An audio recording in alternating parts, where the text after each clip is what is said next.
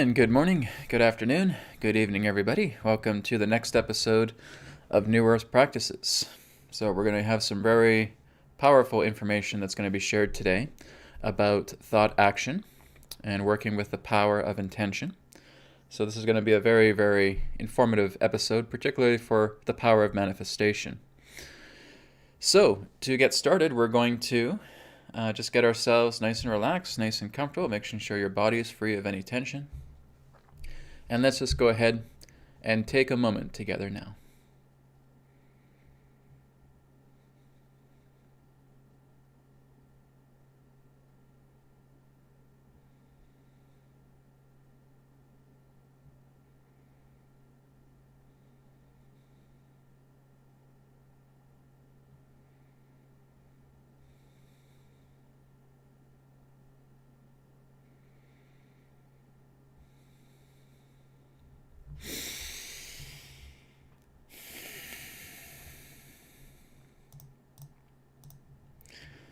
Okay, and now we're going to get into some of our practices now.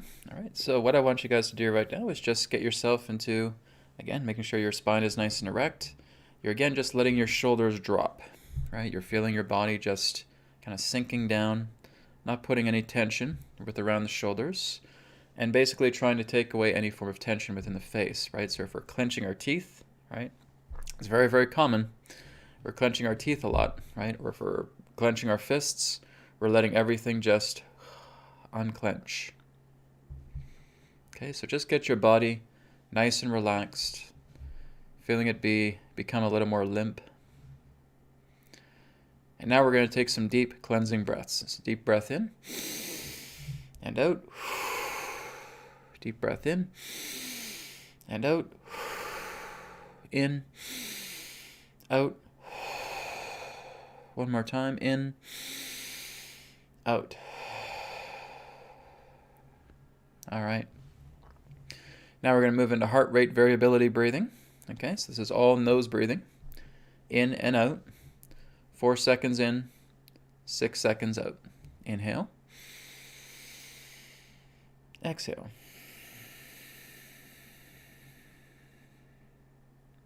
One, two, three, four. 1, 2, 3, 4, 5, 6.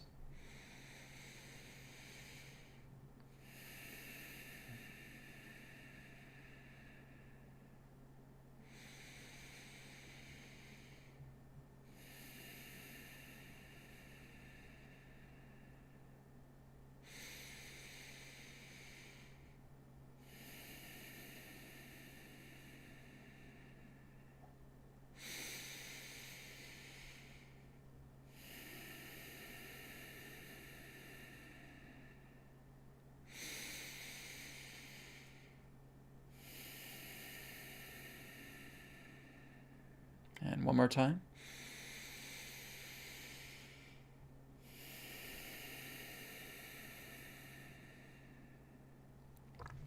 And relax. If you want to keep doing heart rate variability, please continue to do so. It's only going to give you more and more benefit.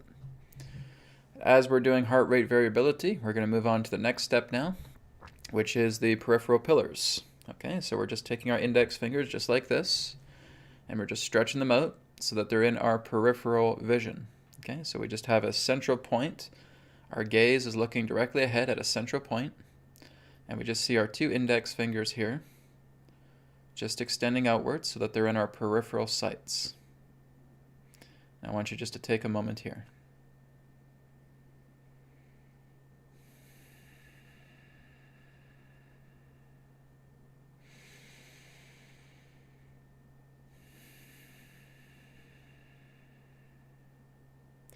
And now I just want you to take in everything that you see now.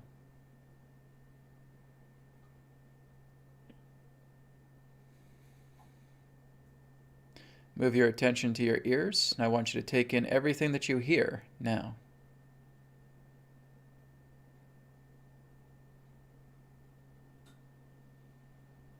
Move your attention to your nose, and I want you to take in everything that you smell now.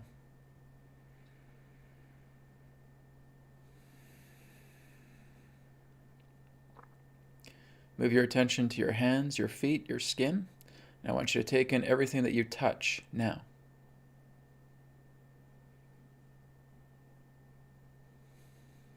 And finally, moving your attention to your mouth and taking in everything that you taste now.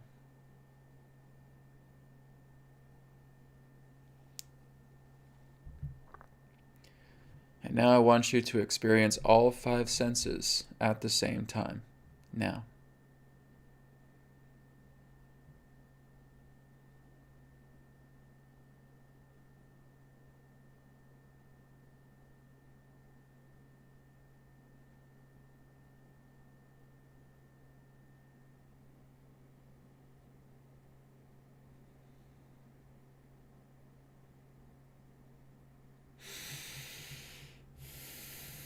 Okay, how's your mind?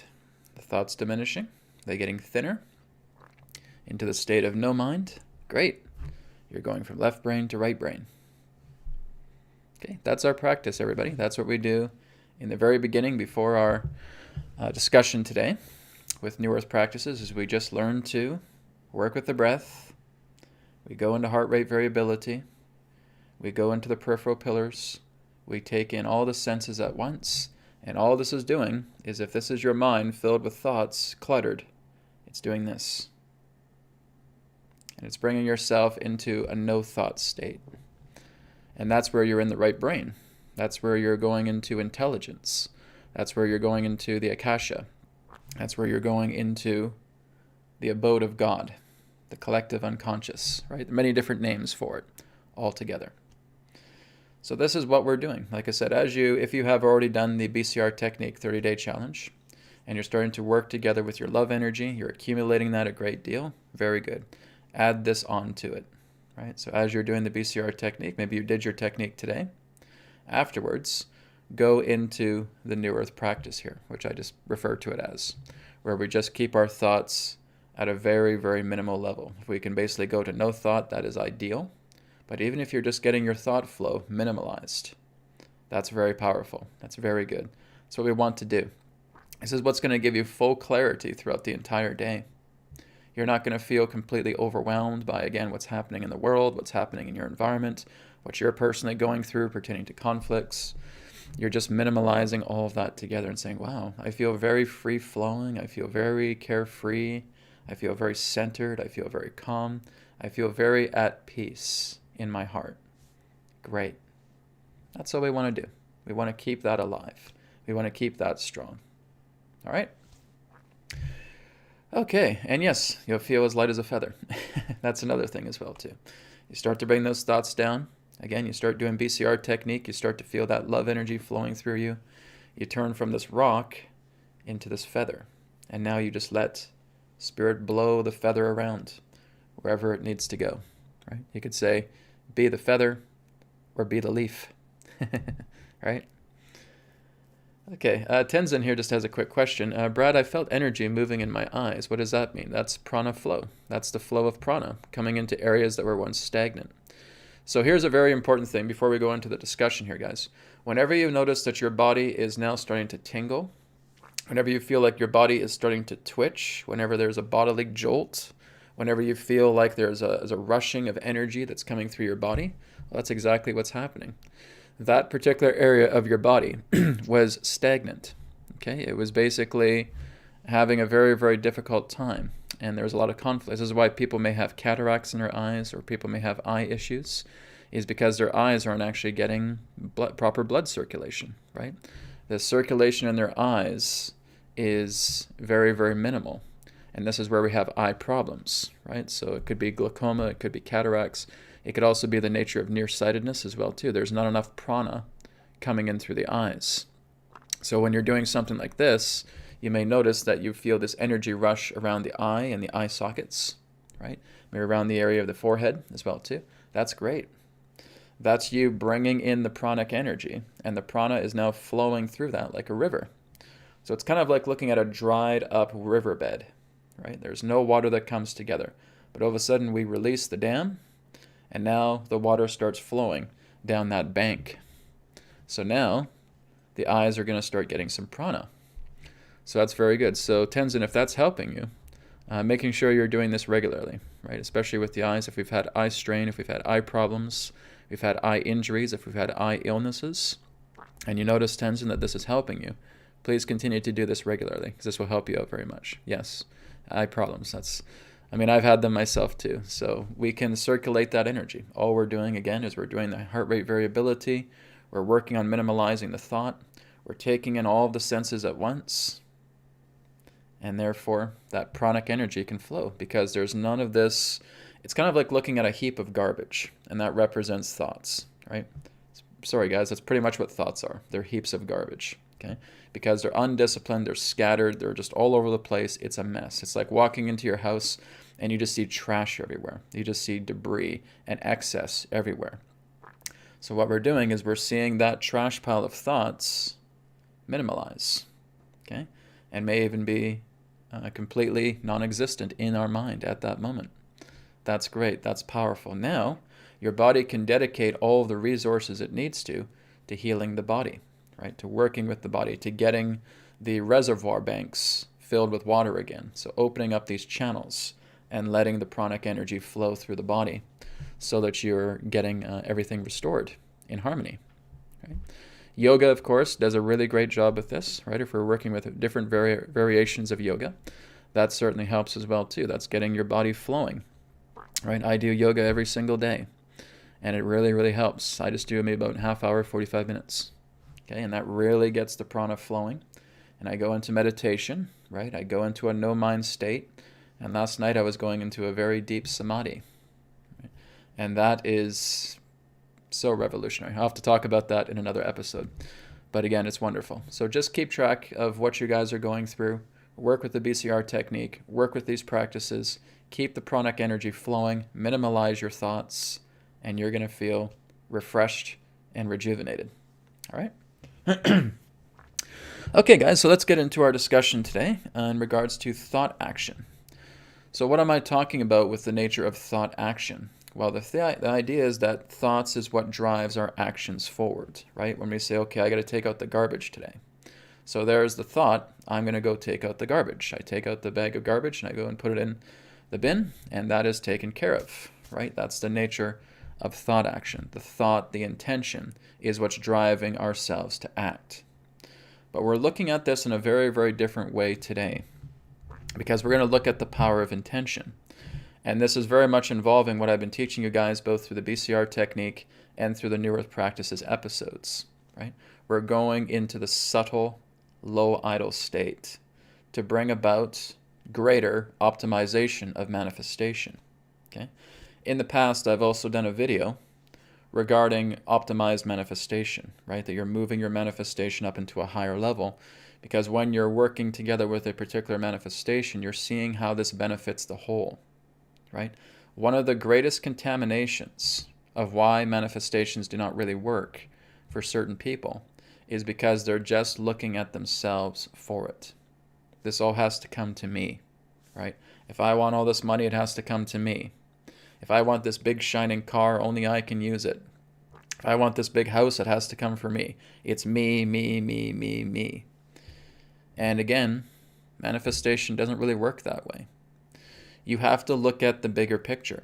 You have to see, how is your manifestation going to work together and branching together with your environment and the people in it, right? So if you're looking to manifest a house, you want to see the people that are involved in your life being able to share in that joy at the same time. If you're looking to manifest a new car, because maybe your old one broke down, you want to see how that can also be shared together with the people in your life. You're giving people rides, right? You're letting them come in your car. Maybe you're letting your best friend drive it, right? Someone who you really trust, who feels good behind the wheel. Maybe you're letting your wife, your husband drive it, right? So you're thinking of others. You're looking at the grander picture here. And that is how you have optimized manifestations. But we're even going beyond that today. We're not just looking into the idea of optimizing your manifestations. We're looking into the idea where the words that you say are so incredibly potent and powerful that no visualization is necessary. And that again is where we go into the low idle, subtle state of being. When our mind is clear, We're basically in that no-mind state. Okay, the Buddhists talk about this, is that when you're in no-mind state, now you can actually enter true meditation. A lot of people talk about the nature of, oh, I'm going to go ahead and meditate today. But the whole thing is that when they're meditating, they're not even working to clear their thoughts. Their thoughts are still a mess inside their mind. It's still those heaps of garbage that are contained inside their house, right? This being our house. And we have these heaps of garbage piling up. And people say, oh, I'm just going to go and meditate today. And they just sit, and all they're really doing is they're just going through their A to Z checklist about what they need to do today. So you take out the garbage, make my pot of coffee, get dressed, go have a shower, get ready for work, pick up the kids after school. That's their meditation. That's not meditation. Okay? That's mindfulness. Okay? There's a fundamental difference between true meditation and mindfulness practice. Okay? So mindfulness practice has a type of meditative quality to it, but it's not true meditation. So when you're going into your meditation, all you're doing is just looking at your laundry list about what you need to do from A to Z today, taking out the garbage, picking up the kids from school, coming home, making dinner, checking my emails, right? Telling story time to my family, then going to bed. Or maybe watching a bit of TV, then going to bed. That's not meditation at all. Okay, that's just mindfulness. That's you just wandering around the mind and feeling what you need to complete as a personality consciousness. That is not expanding you whatsoever. Whenever you're really going into the fruitfulness of mindfulness, the expansion of that is very, very limited, because you're limited with the nature of the mind. Okay, guys, the mind is not going to take you to God. A thought is not going to take you to God. It's not strong enough because it remains within the mind. Okay? God is not in the mind. God is beyond mind. So thoughts exist within the mind. And as long as thoughts exist in the mind, you will never be able to go to God through your thoughts, through your feelings, through your emotions, through your expressions, through anything that represents the mind quotient. So we cannot go to God through the mind. This is where we have to go into the no mind. Okay? And this is what I'm teaching you guys. From when you're starting to work with BCR technique, what you're doing is you're clearing away a lot of that rubbish. You're clearing away a lot of the conflicts. You're clearing away those old things that are constantly stagnating you. They're making you feel stagnant. They're making you feel cluttered. They're making you feel sick. They're making you feel injured. They're making you feel impaired. And that's what happens when you live in the outside life. Okay? Outside living, looking out here, outer reality. Oh, I'm not going to pay my bills. Oh, the situation with the planet. Oh, politics. Oh, COVID. Blah, blah, blah, blah, blah, blah, blah. Right? It's good that we look into these things because we do want to be aware of we do want to be aware with what's in our world. But when we're constantly obsessing over it, that becomes unhealthy. That becomes an illness. That becomes an injury. That becomes an ailment. That's clutter building up. And then now we start getting more obsessed with it. We again become this hamster that's on the wheel, and the wheel starts spinning faster. Oh my God, what are we going to do with this? What about this happens? If this takes care of this, oh my God, am I going to take care of this? Is this going to happen? Blah, blah, blah, blah, blah, blah, blah. And we're running that wheel, and as we're running that wheel, more of this pile of garbage starts stacking up inside our house, inside our body. Now our body gets sluggish. Now our body starts getting sick. Now our body starts getting ill. Remember, as I've talked about, that there is no such thing as the germ theory? Okay? Everything in regards to our body is filled with germs. It's filled with bacteria. It's filled with pathogens. It's filled with viruses. It's all here. And it's emotionally activated. Okay? This is all sympathetic resonance. The true nature of illness and the culprit behind it is our own sympathetic resonance to our environment. The people, places, events, and things in our life that we have given power to, that we've put our energy into, that we are vibrating in resonance together with, right? If here's an illness, and I'm resonating with that all together because I'm creating these belief systems, thinking that I'm going to catch it I'm going to catch it. But it's everything that's happening inside me. It's not something outward here. It's not something outside here. It's in here. Because everything that represents the entire nature of bacteria, germs, viruses, etc., already exists within us. Just a lot of areas are dormant, and there's other areas that are much more active, right? So if we know that we have a bulletproof immune system, we're not really going to get sick because we're constantly telling ourselves, I'm bulletproof, right? I have this brick wall of an immune system, and I'm not going to catch anything. Nothing can harm me, okay? Wim Hof himself, using his technique, was able to completely neutralize bacteria that was actually being injected into him. Okay, they actually had bacteria that they were injecting into his body, and he was doing his technique, and he was able to be completely unaffected by it. That spits in the face with germ theory right there. Okay, that's how powerful you are. Just utilizing the idea of simple breathing techniques. Using the idea in that sense of your intention, that you're bulletproof. You have a bulletproof immune system. You're a pure brick wall. That's where your power lies. So this is what we're going to be discussing today as we go more into the low idle, subtle state of being. Okay? So you guys have just witnessed that when you were doing my practice together earlier, right? Where you're now just looking at all 5 senses at the same time, and your thoughts start to die down. They are minimal, or again, ideally, they are non-existent. That's where you want to be. Okay, now for those of you who are mediums and channelers, that's where you want to be. Okay, for those of you who channel, you should be in a no-mind state. Okay, because that's what I did when I channeled Adronis. Okay, I went right into no mind. And then his information came through, and then I was able to translate it as a channel when I was channeling him in the past. Okay? If you are not doing that as a medium or a channel, then you are going to be susceptible to your own thoughts and your own belief systems and everything else that represents the fragmentation of the mind. Okay? A lot of channels, a lot of mediums don't actually know this. They just go ahead and, okay, I'm there, I'm talking. No, your ego's still in the way. Your ego's still in the forefront here. So you risk putting your own ego in regards to the information that's coming through. You have to go into no mind. You should be in no mind state. You should be in the right brain before you even channel. You should be in the right brain before you even start to do mediumship, because that's keeping the ego completely out of it. And now you're a clear receptacle. You're a crystal, right? So the whole idea is that as you start doing this practice, the thoughts start going down, and now you are a clear instrument to where you can receive all the insight from the right brain, and the left brain is doing its job, and it's properly translating as best as it can all the information that's coming from the right brain when the right brain is being proxied with this information.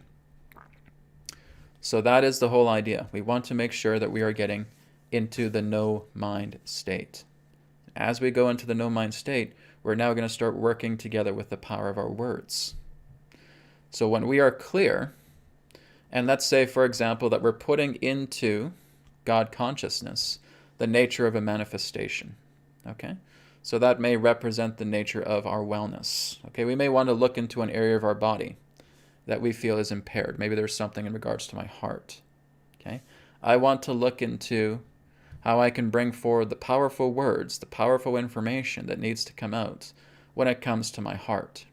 So here's a practice that I'm going to show you guys about how you can connect with the collective unconscious. Okay?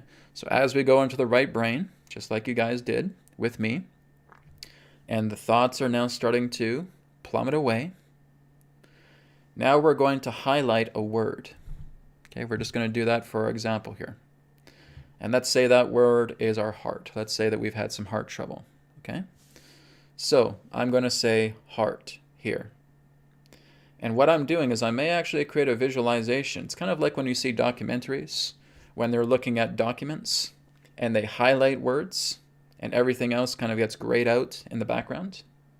Well, that's what we're doing here. We can use this as a simple visualization, okay? What we're doing is we're taking this word from the conscious and we're putting it into the unconscious. Okay? So let me say that again. We're taking this word heart, because we have conscious recollection of it, and we're sinking it into the collective unconscious. We're sinking it into the God abode. We're sinking it into the intelligence dimension. Okay? So I want you guys to do that right now. I want you guys just to think of a word, just one word, not two, not three, just one. One word that you feel you want to look into, whatever it may be, doesn't matter. It could be about your health, could be about the situation of the world, doesn't matter. Okay? One word right here. In this example I said, I'm just saying heart. Okay? And I want you again to give it that highlight effect, just like you're watching a documentary. Here's again, there's this white background. That word is being highlighted. Everything else is being grayed out. It's being put into black in the background. Okay? Now I want you to take that word, and I want you just to put it into you. And I want you just to feel like it's going deeply into the collective unconscious. It's going deeply into the God intelligence. It's going into the intelligence dimension. And now what you are going to say is, analyze this. Analyze this. That's it. As that's being analyzed, we're just sitting in our no-mind state, letting it happen. There needs to be greater care to the heart organ to replenish its vital energies in order for it to function optimally. Okay, what did I just do there, guys? I let the potency of words from the collective unconscious, from the God intelligence, from the intelligence dimension to speak through me. Okay? It was not channeling. This was just a transference of energy from the right brain into the left brain. Right? So it's again translation. Translation is taking place. So we are getting a relay of transferring information coming into our left brain that becomes potent words. Okay, this is something very, very different from channeling, because in channeling you're basically talking to an entity. We're not talking to an entity. We're talking to God. We're talking to the intelligence dimension. In Sanskrit, this would be referred to as chitta, right? The nature of intelligence. And that's what we're connecting with. So with our mind minimalized, going down into a no-thought state, where we're in that subtle, low-vital state of being, we can now work together with our own conscious and look into a word, or again, even a set of words. If you have a sentence, that's fine too, but I just wanted to give you that one word as a demonstration. Okay? And again, we're just seeing it like a highlight. Okay? So highlight the word, the phrase, the sentence that you want to look into, and this is you looking into the intelligence library. Okay, you're looking into the intelligence library of creation. But actually, we're going beyond creation. We're going into the creative. See, creation is still the mind. We're going beyond the mind. We're going into the creative forces. We're going into the intelligence dimension. We're going into the collective unconscious. We're going into God's source. Right? So there's many different things that you can call it. You can just say we're just going into the abode of God. I'm going to talk to God, and I'm going to bring that word or that phrase to God. Right? And I can call it anything as I called it before. Intelligence, dimension, so forth. But what we're doing is we're taking that conscious impression of what the words or phrases are, and we're sinking it in. And as we sink it in, we stand by. And that's what you're doing. When you're in the no-mind state, you simply stand by. Okay? Now, for some people, it may take days before they actually get information coming through. It depends upon your ability to process this. I can do it because I have a 13-year experience background as a channeler. Okay? So it's a little bit more easier for me. But for some of us, if we're basically taking this information and we're dropping it down into the God abode, into the intelligence dimension, it may take seconds, minutes, hours, days, weeks, months, years, all depending upon how one is able to process this. how they're able to trust the information that comes together. This is why we just stand by for a certain amount of time. I'm not saying you have to stand by for 10 hours, right? But you're just sitting in that abode, right? And just take some few minutes to really just sit there and just feel. Okay, feel what it is to be thoughtless. And what we're doing is we're continuing to do heart rate variability. Okay, we're doing the nose breathing, 4 seconds in, 6 seconds out. Like I said, if you can do more, you can do more of those seconds, go ahead and do them. Just make sure your out breath is at least 1 second longer than your in breath, right? So, oh, Brad, I have no problem doing 6 seconds in and 8 seconds out. Then go ahead and do it. Or I can do 7 seconds in and 9 seconds out. Good, go for it, right? You want to set your own pace. I just do the 4 second, 6 second just as a default. Okay. When I do my deep breathing, I can often do about 5 or 6 seconds in and maybe about 12 to 14 seconds out, right? That's quite common for me. But everybody has their own level to which they're working with, and you want to work with that level for quite some time. And as time goes by, you'll notice that you'll actually be able to handle more seconds, so that you eventually move to the point of the perfect breath. Okay, the perfect breath basically represents 1 minute of inhale-exhale, which means within a full minute, you're able to do a full inhaling breath and a full exhaling breath. And that's very challenging for us at first. We have to grow with that over time. And through much of the yogic sciences, that's referred to as the perfect breath. Okay? Because what you're doing is you're actually prolonging your life by taking as little breaths as possible. If a person is able to successfully take 1 breath per minute, they're going to bring their life into greater longevity. They'll probably start living an extra few years because of the delay of breaths that they're taking day by day. So this is why we do heart rate variability. This is what actually extends your life. The yogis have known for a very long time that the less breaths that you take, the more that you're going to have longevity in your life, because we only have a certain amount of breaths within ourselves throughout our life. It has a certain calculation to it. But if we start to minimalize those breaths, then we get to extend our life a lot more, right? This is what yogis learn to do, is they go into a tranquil breath. They go into a point where their breath is so incredibly prolonged that is how many of them are able to go into 110, 120 years of life. For example, some yogis have been go into stasis as well too. Their body is still breathing, but it's an unnoticeable breath.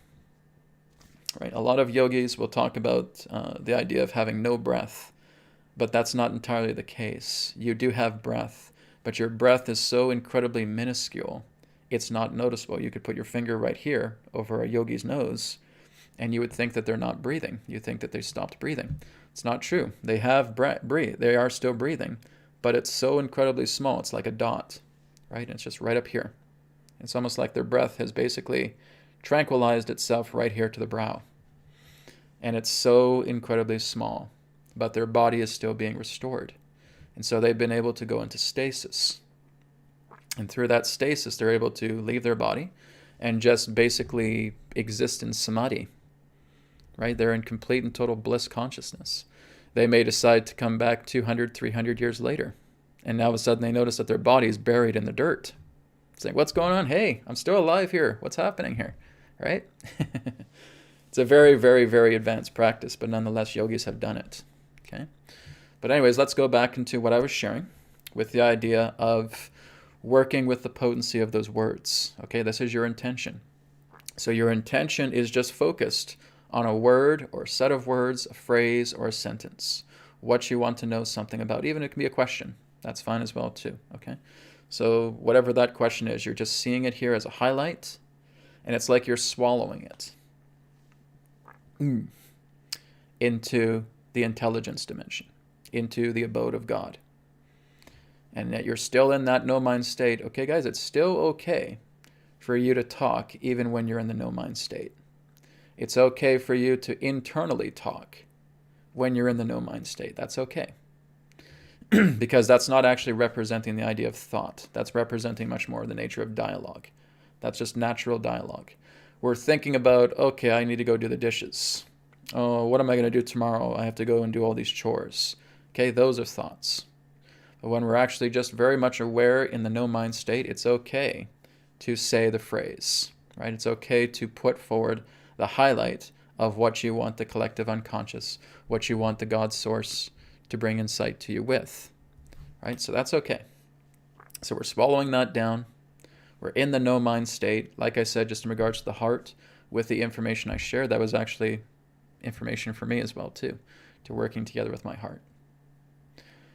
But the words that come through you are so incredibly potent. That's what brings about the purification of thought action. The words are so commanding that the thoughts and the actions that are in association together with it are so potent that that act is going to get done. So this is not hypnosis. This again is the pure manifestation of potent words that are commanding. So we're not hypnotizing, we're commanding. Okay, I don't even know if you guys have been taught this. Okay, it's very, very different from the idea we're not doing hypnosis because hypnosis is in the mind. Okay, we're not in the mind. We're in the intelligence dimension. We're with God. So it is commanding. So basically, as you heard me say that information about the heart, I don't even remember what I said. I have to go back to it. See, that's me not even being aware of what I said. It was not even caught up in my memory. I have to go back to the recording to see what I actually said. Something about vital energy. That's all I remember.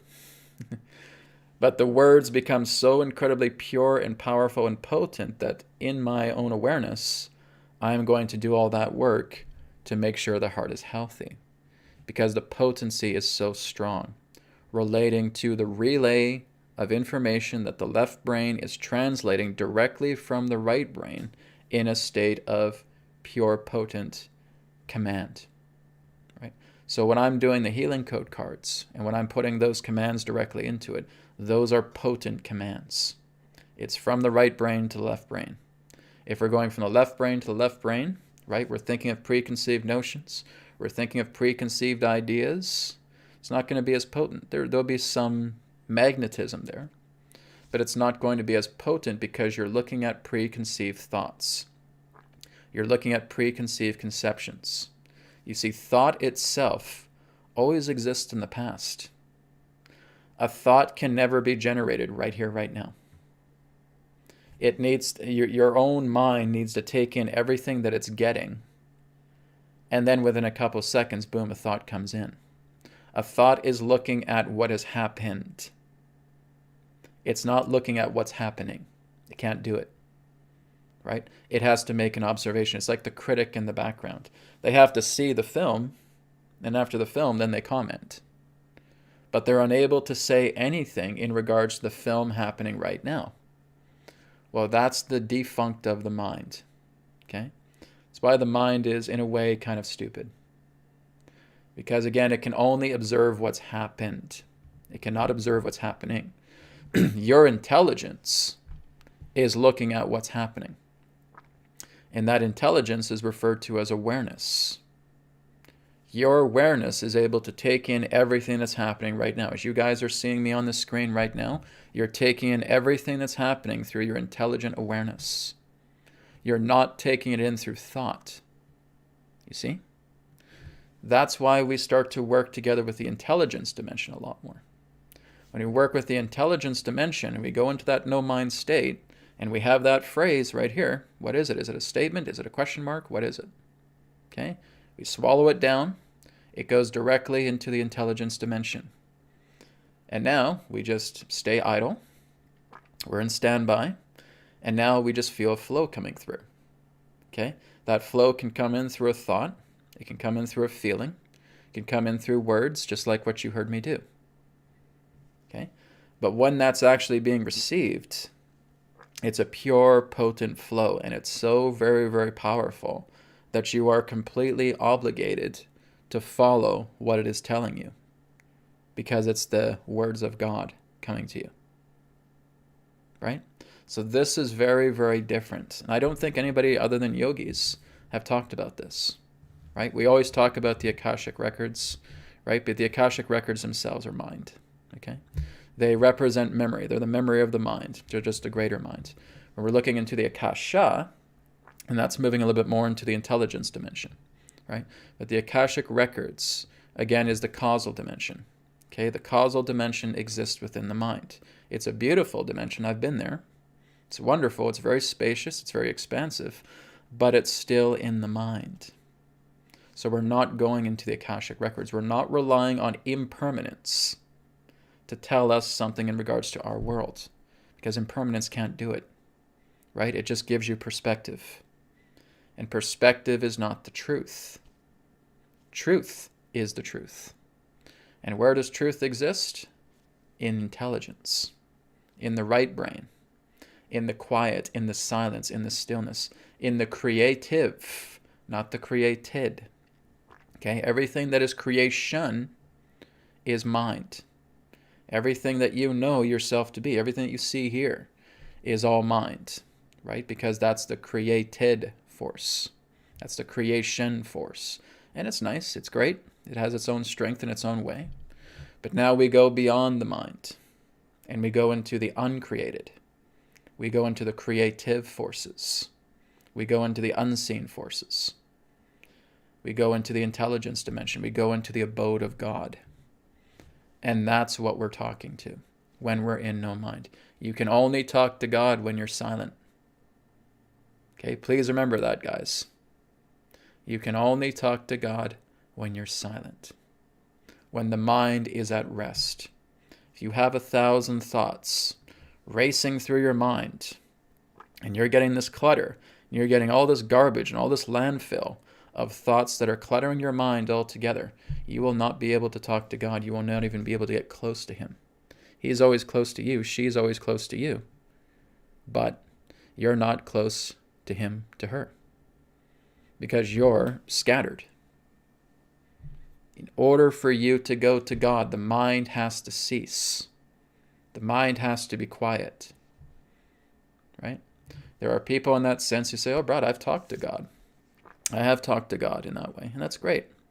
Right? I'm not going to debate whether they have or not, but the whole idea is that they have to get quiet to hear God talking to you, right? Whether it be through your own voice, whether it be something that you hear within yourself, whether it be through a thought, whether it be through a feeling, whether it be through any particular type of interpretation that the left brain through its senses is able to give you.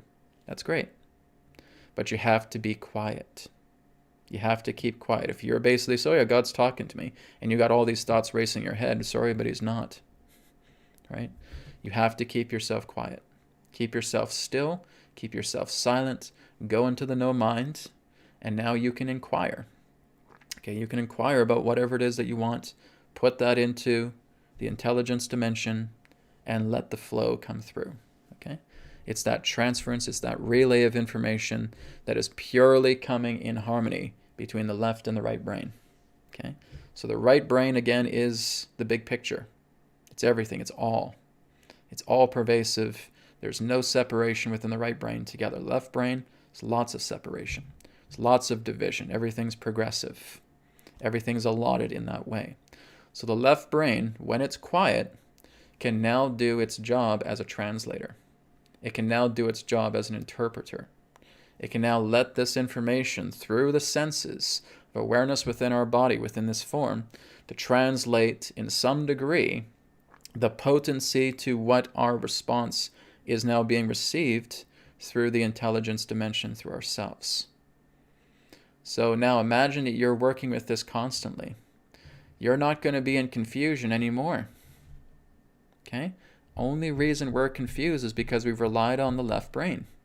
We've relied on the mind to try and tell us what reality is, and that's not the key. If the mind could talk to you, right, just like you're talking to another person, saying, why are you constantly coming to me to tell you what reality is? Would you go up to a prop toy and start telling that prop toy what's the meaning of life? All that prop toy is going to look at you completely still and not say anything. Why are you coming to me to know what is truth? I don't know what truth is. That's what the mind is telling you. How do you expect to find truth by a construct that doesn't know what truth is? The mind is a perception device, right? It's a created instrument. It's the hologram that you're playing together with to understand more of yourself. It's a body, right? It's a body construct that is helping you to understand the limbs that you have through the nature of the mind. Not just through this physical body, but through the environment, through everything that pervades through the mind are your limbs. And that's all you're doing. You're playing with a body. You're playing with the mind body. The mind body doesn't know how to tell you any truth because it doesn't have any truth in it. All it has is perception. It's a body, right? So, if we want to know the truth, we have to go into the intelligence. We have to go into chitta. We have to go into the abode of God. That's the intelligence dimension. That's where the creative forces are. That is what we work with. That is how you know truth. Because you're still. Because you're silent. Because you're centered. Because you're calm. Because you're at peace. Now you know what truth is. If you are too cluttered, you will never know what peace is. You will never know what truth is. This is something so very important because guess what? It's going to take humanity about another 1,000,000 years for the majority of people to come into this realization. What you guys are receiving here directly from Spirit today is putting you 1,000,000 years ahead of the game. Okay? There's a lot of wise beings that even go beyond this world that don't even know this. I really want this to sink into you. That you work with the intelligence dimension. And that is where truth is. That is where all of your questions can be answered, because when you're staying there, you don't really have any questions. You're just so completely in harmony with peace and that feeling of perfection within yourself. All of those unnecessary, irrelevant, mind-boggling questions dissolve away. When you go from no mind, and then you go into absorption, Samadhi, and then you go into union with God, where you are God. You know yourself to be God. We can't even explain that state. It's beyond comprehension. But masters have got there, right? Jesus was one of them. Knowing himself to be the Christ, knowing himself to be God. Okay, Mahavatar Babaji is another who got there. Okay, Buddha, another who got there. So we have these renowned masters throughout our history that know this. That's why they weren't coming around just asking all these egoic questions to people. They weren't. They were trying to tell you guys how to break free of that, because that's nothing but an endless rat race. That is the hamster running on the wheel for all of eternity until it says, I can't do this anymore, falls off the wheel, and then gives up and surrenders. And now that hamster decides to go into no mind state. And now through no mind, they may have certain inquiries for the intelligence dimension. They may have certain inquiries to God. And God flows through them. And God tells them these things. And it uplifts your soul so much. Oh my God, this feels wonderful. And you are just going through thought action. Your intentions are so powerful. They're so potent. And they're so pure because God's spoken to you. That's what God's doing. When you're getting an answer, just like what you guys heard me say with the heart, that's God speaking through me, right? But that is the intelligence of the intelligence dimension. There is a difference between thought and intelligence. There is a difference between mind and intelligence, okay? Mind is intelligent design, not intelligence. In order for the mind to even function, intelligence needs to flow through it. This is, again, why I'm doing this. This is the figure 8, okay? That is the circuit. The circuit has to flow that way. The right brain is all. It is the one picture, okay? The left brain is the translator. It's the interpreter. It's taking little bits of those pictures and trying to make sense of it. And it will never be able to understand the big picture. It's impossible. If you are trying to use the mind to understand the big picture, it is impossible.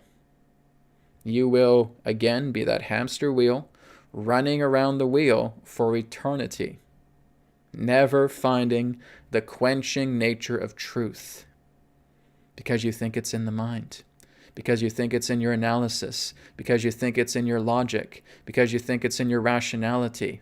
No. That's material things. That's impermanent stuff. That's not going to bring you truth. That's only perspective. Right? So yes, there's correct perspective and there's incorrect perspective. And that's the best that we can get. Right? If I'm holding this up here, oh, Brad's holding up a turtle. Well, there's an incorrect perspective. Brad's holding up a clear glass where the water is about 2/3 full of the glass. There's a correct perspective. But was there any truth in regards to those statements? No. Not at all. Because you're not seeing truth. You're seeing perspective. When you're looking at my body right now, me talking to you guys, you're not seeing truth, you're seeing perspective. Right? When you're able to properly identify me, what I'm wearing, what I look like, you have a correct perspective. But you're not talking about truth. Right? This is where there's kind of a dichotomy with the nature of quote-unquote truth seekers. You can't seek truth. Where is it? Is it under your couch? Is it under the fridge? That's not the idea. You will never know truth through perspective. You will look at correctness and incorrectness, but you'll never know truth. To know truth is to be quiet, is to keep quiet, to be silent, to get out of the mind. And now you're in intelligence. Now that you're in intelligence, you're in truth. Because truth has no created form. Truth has no form to it at all. When we're looking as detectives, for example, trying to figure out the truth, we're not trying to figure out the truth. We're just trying to look at a correct perspective. That's all we're doing. You will never find truth in this realm. Can't be done. Because it's not. You're just playing with a body. You're a child in a sandbox building a bunch of structures within the sand. And the time will come where you say, I'm going to step out of the sandbox and I'm going to go into the creative. I'm going to go into the creative forces. I'm going to go to God. I'm going to go to my parent. And I'm just going to stay in intelligence. And when you go from no mind to Samadhi to union, there's bliss beyond imagination, bliss beyond words. Like I said, I had one last night, a very deep Samadhi. And it was, I didn't care about anything on this planet at all. I didn't care about what was happening in the world. I didn't care about any of my own thoughts in my own head. I didn't care about the personality archetypes of anybody who I knew. Couldn't care less about any of that.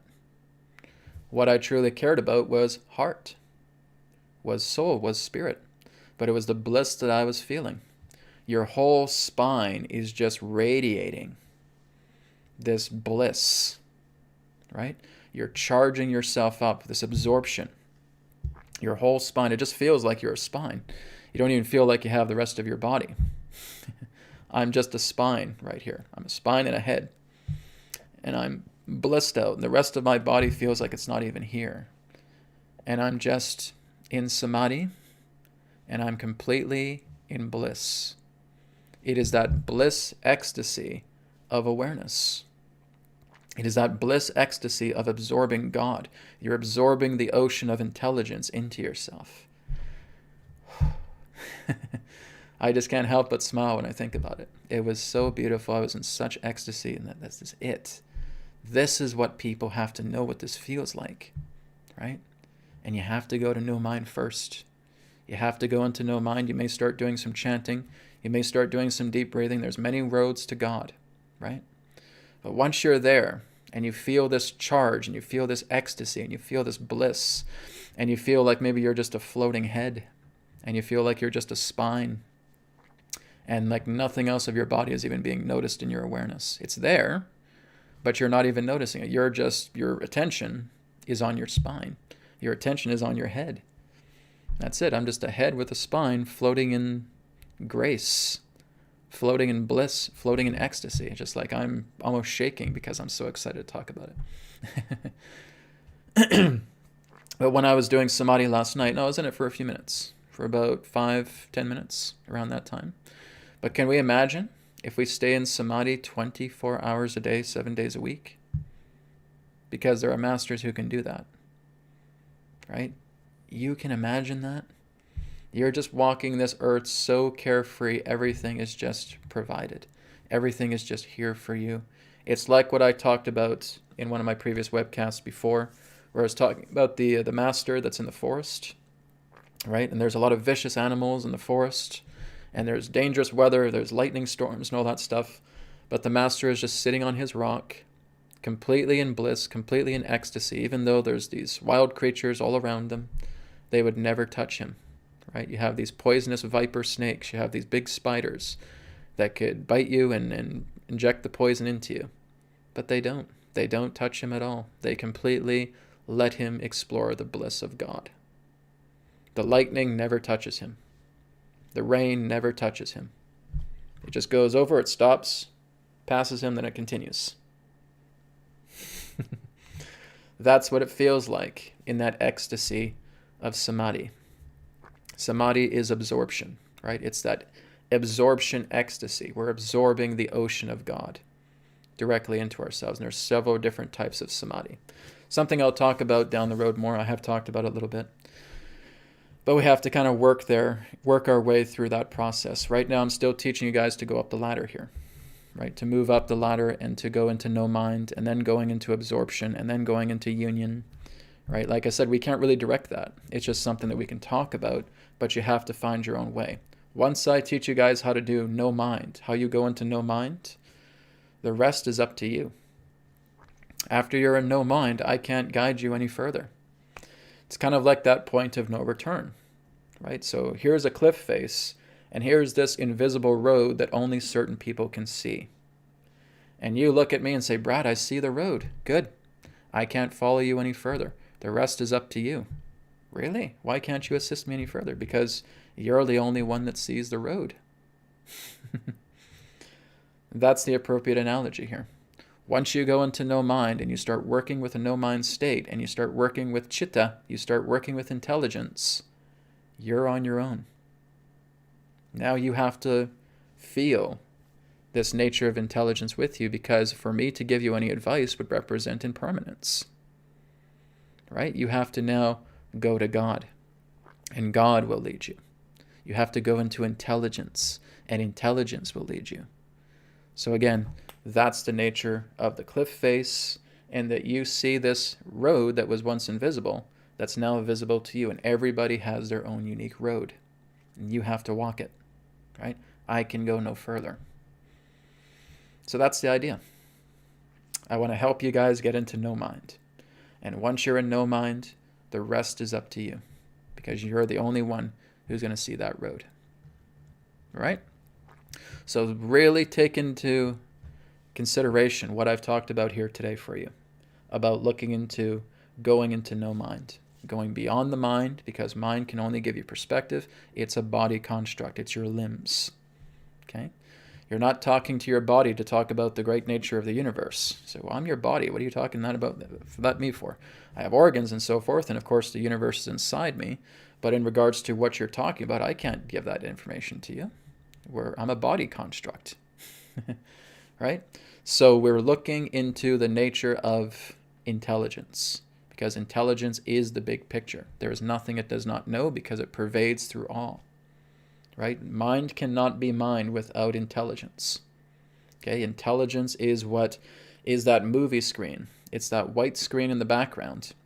And the mind is the image projected upon that screen. And that image is always changing. But the white screen is always there. But because that white screen is what's all pervading through the mind. The mind cannot be the mind without the intelligence, without that white screen. It has no screen to project on. Well, then it can't be a projection. So the intelligence is what holds everything together. It's the force that binds everything together. Right? Goes back to Star Wars. The force is what binds all living things together. That's true. We're not talking about the mind. We're talking about intelligence. right? That is the force, right? That's the creative force, right? So, like I talked about with the idea of manifestations, as I was talking about earlier in the broadcast, about working together with optimization, right? So you're optimizing your manifestations, but like I said, that's still just mind stuff, okay? It's good. You can still play with the mind. It's your body. You're playing around with your body. You're playing around with your limbs. You're playing around with what you can create here. But all you're really doing is you're creating perspective. You're not creating matter. You're creating your perception. You're creating your angles. You're creating your vantage points. That's what you're doing as a being here in the mind, right? You're just looking at all these different angles, these different perspectives, these different overlays in that particular way. You are a creator of perspective, okay? Because everything that's here has come from God, right? It's the intelligence that therefore fuels everything that represents the mind. It's what binds everything together. So that's the creative force. And that's where you want to go, to look into the greater depth of yourself, of your nature. We can play together with manifestations here. We can optimize our manifestations here. We can bring things to us because all it is just magnetics. All we're doing is we're optimizing those magnetics to a greater degree so that we are experiencing them on a greater depth degree. Like I've talked about with optimized manifestation, looking at your manifestations to see how it benefits everything, right? How you see the whole responding to your manifestation rather than just yourself. Because when you're just looking at yourself, that's the selfish perspective. And that's very limiting, and that's really going to be less potent rather than looking at the big picture, right? So that's the perspective of optimized manifestations. But really the key here, go into the intelligence dimension through no mind and let the potency of these commands from intelligence, from God, come through you, and you will be compelled to complete them because of the purity of their potency and their effect upon you to commit to thought action on a much greater level. All right. Thank you, guys. Let's see if we have any questions here. Alma, thank you for your contribution. Appreciate that. Okay. Mundaregnos says, nope, not a million years, 100 years. No, Mundaregnos, no. We are literally, please take me seriously when I'm saying this, we are looking about 1 million years before you have the entire collective realizing what I'm telling you guys today. You may not believe that, but that's the truth. You are looking at people who have already spent millions of years getting to where we are right now. Right? You are looking at souls that have spent millions of years, lifetime after lifetime, incarnation after incarnation, to get here, to be here right now. That took millions of years, guys, linearly speaking. To actually go and to understand the intelligence dimension, to understand to go to God, you're looking at least at another 1 million years for everybody, for the entire collective. That's what this is all about. Had I not shared this with you guys, you probably would still be wandering around looking at the mind, thinking that the mind is truth, and the mind is this, and the mind is that, etc., etc. And you're putting so much process on the mind. And you would not have known this. Now you know this.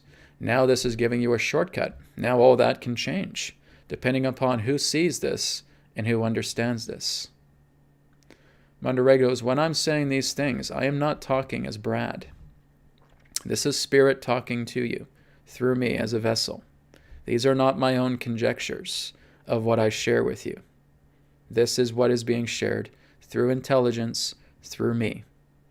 And what intelligence is sharing is that it's going to take about 1 million years for the entire collective of Earth to move into this realization of going into intelligence. Because when we look here on the planet, it's a very, very small number of people.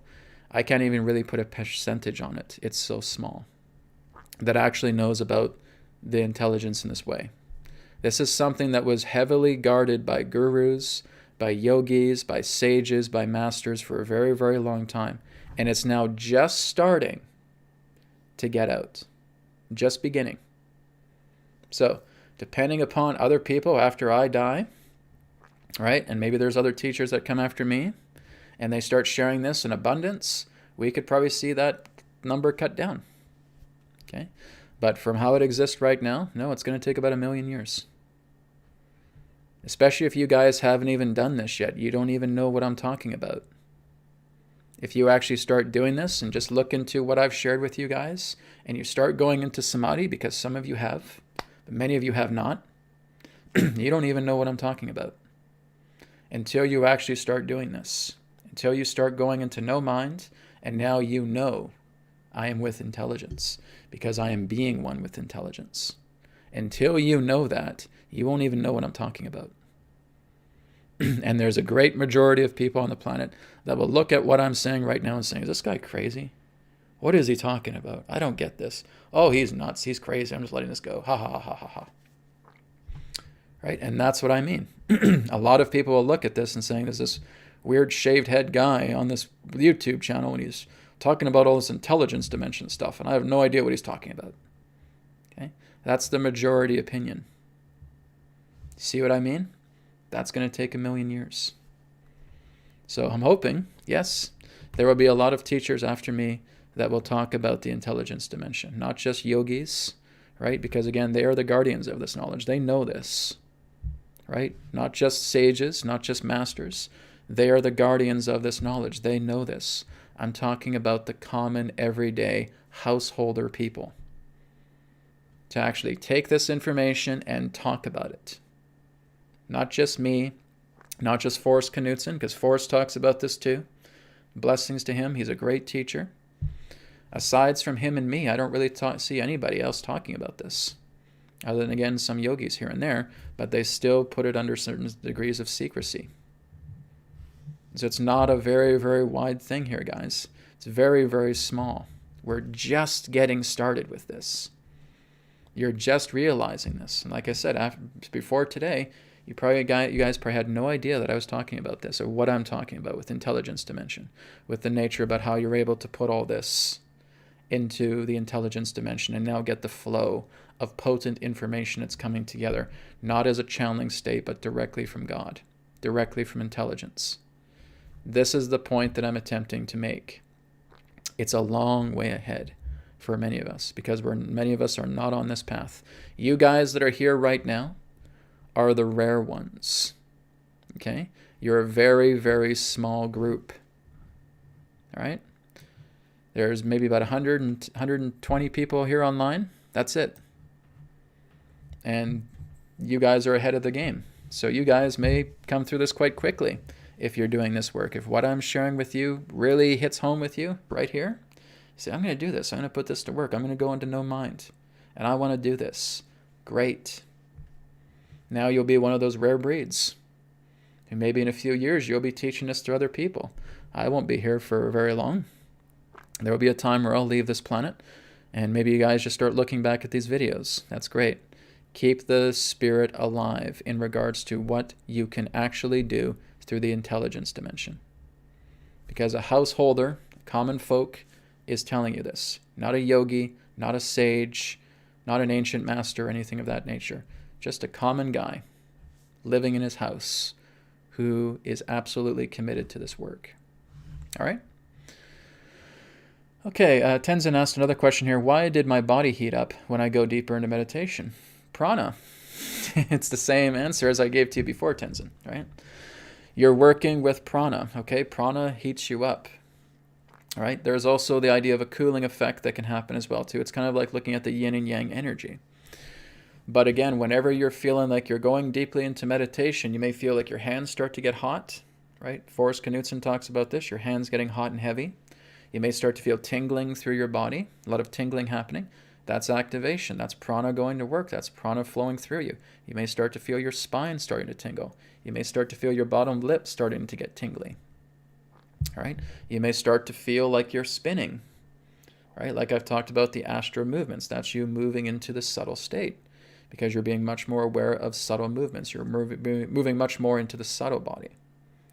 And so you're being aware of that. These are all effects. Okay, Forrest Knudsen refers to them as proofs, right? He did not mention the spinning.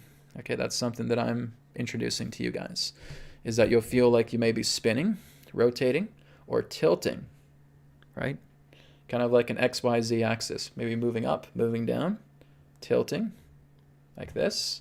That's another effect. You can just feel like your energy is tilting forward, but your body is perfectly still. You may feel like your energy is tilting backwards, but your body is completely still. You may feel like your energy is moving left and right, but your body is completely still. You may feel like your energy is spinning, but your body is completely still. And it may be so intense that it feels like you may actually get dizzy, but your body is not even moving. Okay? That is, again, activations happening within the brain, but you're working together in a subtle state. You're going into the subtle body, right? You're moving much more into the subtle form. So that too is an effect, right? And so you'll get that heat flowing through the body because that's prana in action. Prana is taking all this work, right? Doing all this work and clearing out a lot of blockages, clearing out a lot of stagnant areas in the body. So when you're feeling hot, when you're feeling like your hands are almost on fire, when you feel those twitches, when you feel those jolts, that's all prana going to work, okay? It's under construction. Your body is under construction, and it's getting all this pranic energy flowing through it so that it can unblock a lot of these areas that have been stagnant, that have been very, very low in circulation. So if you're noticing your body's heating up a lot from meditation, your body's been pretty stagnant, okay? You're not letting the circulation flow, and that's what prana is doing. The pranic energy in that sense is being stimulated, right? You're creating this whirlwind of energy because you're being very still. That's kind of the interesting irony. The more still that you are, the greater the action and dynamism is actually happening into your body to reverse a lot of effects that have been starved to lack of circulation and to, again, a great deal of stagnancy that's now being reversed. All right? Okay. Yeah, Sacred Plexus said here, one more tip. Try to focus on the tip of your nose. Breathe in deep. Keep focus on the nose and close your eyes. Try not to lose the focus. Just imagine the nose tip. You will feel something. So I'd like to add something to that, Sacred Plexus. Okay? That's good. That's a good form of advice, but let's do that now. Okay? You're putting your focus on your nose. So now what I want you to do, this is very important. We're not just doing this. Okay? That becomes a little one-dimensional. What I'd like you to do is you're doing this, and now I want you to bring your mental awareness up here. So while your physical attention is on a part of the body, I want your mental attention to be here on the brow chakra. Okay? So you're bringing your mental attention here while your physical attention is down here. You may find it challenging at first. I certainly did. So another thing as well too is that you're again just placing your finger here, and now you're just bringing your mental awareness into your aura. Okay? And you're seeing it expand a lot more. So your physical attention is going to one area, and your mental attention is going to something else completely. That is where you're looking at something that's much more higher dimensional. So you're not just focusing on this. Okay? That helps you with calming the mind. That helps you with slowing down the thoughts, yes. But I want you to work with your mental attention as well too. So look at your physical attention and bring your mental attention right here. And for those of you who want to open up the inner eye a lot more, this is a great practice to do. Okay? Finger on the nose, looking at the finger on the nose here at the tip. And your mental attention is right here. And your mental attention may actually start to see an eye opening up here, right at the brow. Or you may start to see a light in that way. And that's you bringing your mental attention to the third eye, while your physical attention is down here, because that helps to shut out the thoughts. And you're bringing your attention here to the third eye, and you can work together with inner eye activation with that. Okay, another thing you can do that's just quite simply is just putting your finger right here and looking up. Okay, then closing your eyes. So your eyes are closed while they're looking up, because the light of your eyes is directing itself upwards. And as that's happening, again, you're putting your mental attention there, and you may see an eye opening. This is what's happening to me quite a bit when I'm doing a lot of the inner eye practice. Okay, so I can either do this, or I can do this. Or the third thing you can do, lower the light level in your room and dilate your eyes. Okay, and as your eyes are dilated, you're going into that lower idle state as well too. And now you can just focus on the brow at the same time. Okay, so dilating your eyes. Forrest Knudsen talks about this as well too. It's very important. We get ourselves into a dim, low-lit environment, and we dilate our eyes. And when you're dilating your eyes are now bringing you into that dilation is bringing you into a lower idle, subtle state. Okay? The subtle state is so incredibly crucial. We have to be there. If we want to bring ourselves into no mind, we have to go into a subtle state of being. Right? So this is good. Right? We can certainly work with this. Like I said, that's helping you to clear away the thoughts. But to add to it, put your mental attention on your brow, or put your mental attention on your aura. Put your mental attention elsewhere that's not here. And that's what's really going to expand your awareness a great deal. All right? Going down the list here a bit more.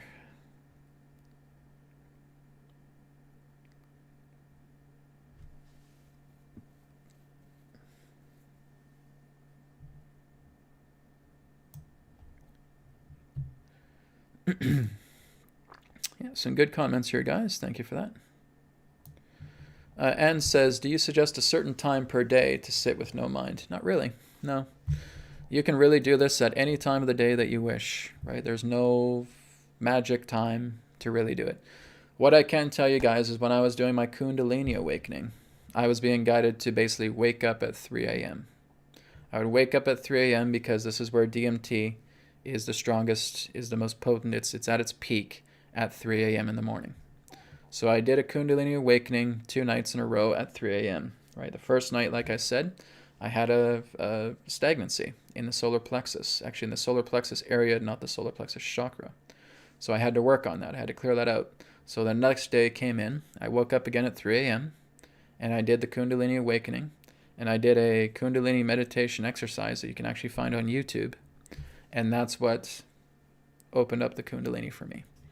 And that was actually after having the Kundalini awakening, I actually went into Samadhi, but I didn't know I was going into Samadhi at that time because I didn't know what Samadhi was at that time. But going into Kundalini, then you kind of feel the after effects of Kundalini, and then your whole spine is just vibrating like crazy. And you just sit here and you're in this bliss and you're in this ecstasy. Well, that's Samadhi. You're going into absorption, right? So I didn't know I was actually doing that. But again, listening to a lot of the yogis, listening to what Forrest has been sharing as well too, is, oh yeah, okay, great. I was in Savikalpa Samadhi at that time. It was wonderful. And it's a beautiful experience. So no, there's no real, dignified time or designated time that you have to do this. If you want to, again, get up at 3 o'clock in the morning because that is your DMT hour, and you want to work with something like Kundalini, that's great. Go for it. Like I said, have a teacher. Okay, make sure you have a teacher that you can talk to, and preferably someone in your area who has had a Kundalini experience. That would be their prerequisite. They have to have a Kundalini experience. Okay, there's a lot of false teachers out there who are teaching Kundalini yet they've never had one of their own. Okay, stay clear of those people. They have to have their own Kundalini experience. It's very, very important. They have to tell you in great detail, how did it go? When did this happen to you? What did you experience? What was it like? Right? So test them. Make sure you have people who have had their own Kundalini awakening. Then they can help you out with that. All right? A lot of fake teachers go, oh, guys, I'll teach you how to do Kundalini. Have you had Kundalini? Nope, but I'll still teach you how to do it. There's the joke of the day, right? So just be mindful of people like that. That the internet is full of them, right? So yes, anytime that you feel is good. Okay, so there's no time limit, and there's no certain time of the day, other than if you want to take advantage of the DMT peak. Okay. Okay.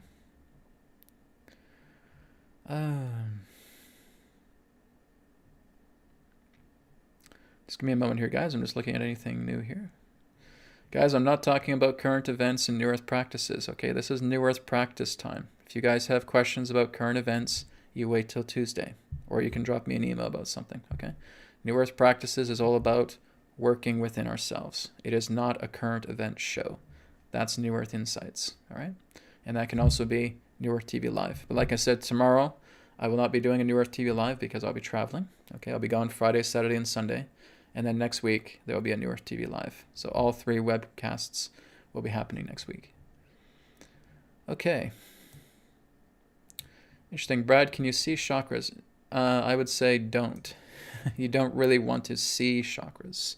You want to feel them, okay? This is something that, again, has been a distortion. Now, when I've been able to close my eyes, I'm actually able to see people's auras to a certain degree. Not really see, but kind of perceive them in a certain way. It's not so much in the idea that I'm seeing the colors, but I'm perceiving them. And you're not really seeing chakra centers, okay? Because that's kind of, in that sense, an untruth there. It's not true. You want to feel where they are, okay? So what you want to do is you want to rely upon the heart to know exactly where these chakras are altogether, okay? So I've talked about the idea of association of glands, right? So you can visualize the glands. You can visualize the testes. You can visualize the ovaries. You can visualize the adrenals and so forth. But those are not the chakra centers directly. They're just associated together with them. So when you're actually going into, let's say, for example, the yogic way, about looking into the 6 chakra centers, because I'm going to be doing an online course about this, about the chakra centers in the subtle body. In yoga, there is only 6 chakras, okay? So you're looking at the coccyx, you're looking at the sacrum, you're looking at the lumbar, you're looking at the thoracic, you're looking at the cervical, and you're looking at the medulla, okay? Those are where the 6 chakras are in the yogic tradition. Okay, they're all along the spine, but you have to really feel them out through the heart-mind. Now, Forrest Knudsen has a really good way of being able to kind of feel out some of these chakra centers they can do. And it may help with most people. Some people may still not get it, but you have to kind of feel it, right? You're not seeing them because you can't see them. They're not in your physical body. The chakra centers are invisible in the physical body. You will never be able to see them, but you can feel them, right? So it's kind of like a magnetism. Okay, one example that Forrest Knudsen has given is do this, guys. Okay, and I want you to feel like a little screw, that little screw that basically holds the neck and the skull together. You're feeling that, right? You're just doing kind of a gentle side to side shake here. And you feel that little screw, that little bolt that's basically connecting the neck and the skull together. Okay, that's the medulla. And that's where you bring your attention to. So you're feeling it out right there. You do not see the chakra, but you feel it. You get the impression that's where it is. And now you work with Om Japa. You can work with, again, the silent circle, as I've talked about as well too. And you're cleaning it out. So I'm giving you guys an example here. Forrest Knudsen has a great deal of information relating to that. Okay, so he talks about how you're able to look at all 6 centers of your spine, that where you can detect the chakra centers. It's not enough to think that you can see them. Okay, if you're just thinking, oh, I see them, or I look at a chart and that's it. Sorry, guys, you're doing it wrong. You have to feel this out through the heart, right? So if we're going into the coccyx, guess what we do? We do a rectal muscle contraction, okay? So you contract your rectal muscle, okay? You're contracting your butthole. That's what you're doing, okay? And you feel it at the coccyx. So when you therefore release that squeezing and it just starts to pucker again, that's where you're feeling the coccyx. So you're feeling the chakra there. That's where the root chakra is, okay? In the spine. So that's what we're focusing our energy on. And then we move up the 6 centers, but we're not seeing the chakras. Okay, that's very new agey. We're looking into, again, what is more of the correct perspective here. And it's looking into the spine. And again, you can associate together with the glands. So basically, we're taking the Edgar Cayce model and we're taking the Yogi model and we're putting them together because they complement one another. That's what I'm discovering. So we can work together with the glands, we can associate with the glands, and we can do the Om chanting in the glands as well too that correspond to the chakra centers. But we're going into a greater depth as we're looking at that through the spine. All right? So that's what I can share in regards to that. Okay. Okay, Anders has a really good question here. Anders, thank you for your question. What is the difference between Kundalini and Prana? And we're going to end on this one. This will be the last question for the day, okay? What is the difference between Kundalini and Prana? Okay? Prana again, still exists through mind. Okay? When we're looking at prana, it still represents an impermanence. Right? So you're looking at energy, but even when we're looking into the idea of energy, in this way, life energy, for example, that just exists within the life field. Right? And the life field is impermanence. Life itself is impermanent. So that still represents an impermanence of ourselves. So prana is good because it does work together in coordination with what is, with intelligence. But again, it's basically condensed. It's condensed intelligence that works together within the nature of the impermanent realm. It's coherency in that way. When we're looking at kundalini, you're looking at God. You're looking at intelligence. Okay? So that's the difference. Prana, life force energy, impermanent through the life reality. Kundalini, God, intelligence, permanence. Okay? One is impermanent, the other one is permanent. So when we're working together with the Kundalini itself decides when it awakens. It's not up to you. You will get some type of impulse to say, okay, I need to prepare the body because I do feel intuitively that I feel my Kundalini is going to be rising here very soon. So I want to work together with it. That's why I had my impulse. I had an impulse to get started and work with the Kundalini. That's when Ramtha showed up and would start telling me to see the chakras as doors and just opening them up and letting the Kundalini rise, because it was my time to let Kundalini rise. So I was getting the notice beforehand. And this can happen to some people. Some other people just get it spontaneously. They may actually get the notice, but they're ignoring it. They may just think it's fantasy or it's their thoughts or whatever it may be. But when we're working with Kundalini, we're working with pure intelligence. God is coming into the altar of the body. Okay? Paramahansa Yogananda used to refer to the spine and the brain as the altar of God, because that is when God comes in through the Kundalini. And now that you have a Kundalini awakening, you can go into Samadhi. You can go into absorption because God has entered your temple. If you guys have not had a Kundalini experience yet, God has not entered your body. Okay? God's around you, all around you, of course, pervades all things, but God has not come into your holy temple. That's the whole idea. And this is what religions, in ancient texts, masters, yogis, sages have talked about for a very long time. You want to bring God into your temple, and that's Kundalini. Okay? If you do not have a Kundalini awakening, God has not come into your body. It's exactly what Jesus had. Jesus had a Kundalini experience. Jesus was a yogi, right? He knew all this. He was able to raise his Kundalini, right? Moses lifting up the bronze snake in the desert. That was him having a Kundalini awakening. Okay? He was never in a desert outside. The desert was him. It was a desolate place. Until he lifted the Kundalini, the bush started to burn, hence his head, his hair, and therefore God spoke to him through the Sahasrara, right? And therefore he had this divine awakening because he had a Kundalini awakening and he had Samadhi. And so now God was absorbing into him, and now he could do as God was sharing with him. Ever since I had my Kundalini awakening back in 2018, guys, nothing has ever been the same. Kundalini works with you for the rest of your life. It takes you to new places. It takes you to new awareness. This is why I'm having this knowledge expansion, basically being told, get Adronis out of here. Get channeling out of here. Get mediumship out of here. Get the Akashic records out of here. It's now time for permanence. It's now time to go into the intelligence dimension. That's why I've cut off channeling. That's why I left Adronis to be gone. He's always in my heart, but I never felt the need anymore to go back to channeling. When I look back and saying, I've never been happier. I enjoyed my channeling experiences with Adronis, and it was great, but the information that's coming through me right now is so much more profound. I feel like I've had more profound information these past couple of months than I have in the past 13 years channeling Adronis. Right? That's nothing against him. He's a wonderful being. He's very intelligent as well, too.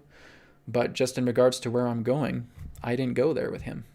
So this is why, again, I was feeling like this is where you're seeing that feather, right? You're being that feather. You're no longer being a rock.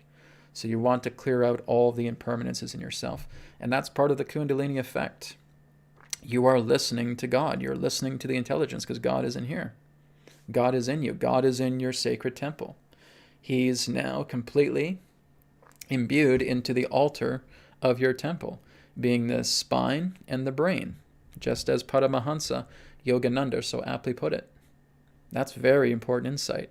If you guys have a background in Kriya Yoga, Kundalini Yoga, you know this, right? You know that the Kundalini awakening is what's, again, letting God come in and imbue God into the spine. So Kundalini is intelligence. It is not energy. Okay? Prana is energy. It's life force, but again, it only exists here in the life reality, in the impermanence, right? So it's a condensing of intelligence, yes, but it still exists in that nature of an impermanent ratio. So that's the difference. So when I'm breathing in air right now, that's prana, that's chi, that's ki, that's mana. Okay, that's the life energy. Life energy can only exist to where there's life. Where do you go beyond life? Well, prana doesn't follow you. Okay, it stays within the life field. When you're going off into intelligence, intelligence is the creative, right? It's not creation. It's not material. It's not something that is known. It's the unknown. So prana can't be there, right? But intelligence is there. And intelligence can really do anything it wants because it is all one. So intelligence comes together in your field and it moves through the Kundalini. Kundalini is intelligence. It is God. That's the nature of Kundalini. All right? Thank you, guys. I hope you enjoyed everything I shared today. We had kind of a long class today, but that's okay too. All of this needed to be shared as it needed to. So again, join me Tuesday next week, where I'll be coming back for New Earth Insights. That's the current events webcast, okay? I'll be talking about some more current events there as well too. You guys can always drop me emails as well too if you want. And I'm going to see if I can maybe do a video if it's nice weather where I'm going. I may do a video on the weekend. If not, more videos to come next week. All right. Thank you so much, everybody. All the best to you all. And I'll talk to you again in another perspective of the now. Take care. Thank you very much for checking out the New Earth Teachings YouTube channel. Feel free to like, comment, share, and subscribe. And you can check out the websites, newearthteachings.com, where you can order a private session, 3 questions by email, EQ method, and a lot more. And you can also check out healingcodecards.com, where you can grab your mind deck, your body deck, and of course the brand new Body Deck Special Edition. All of these are available in digital editions as well.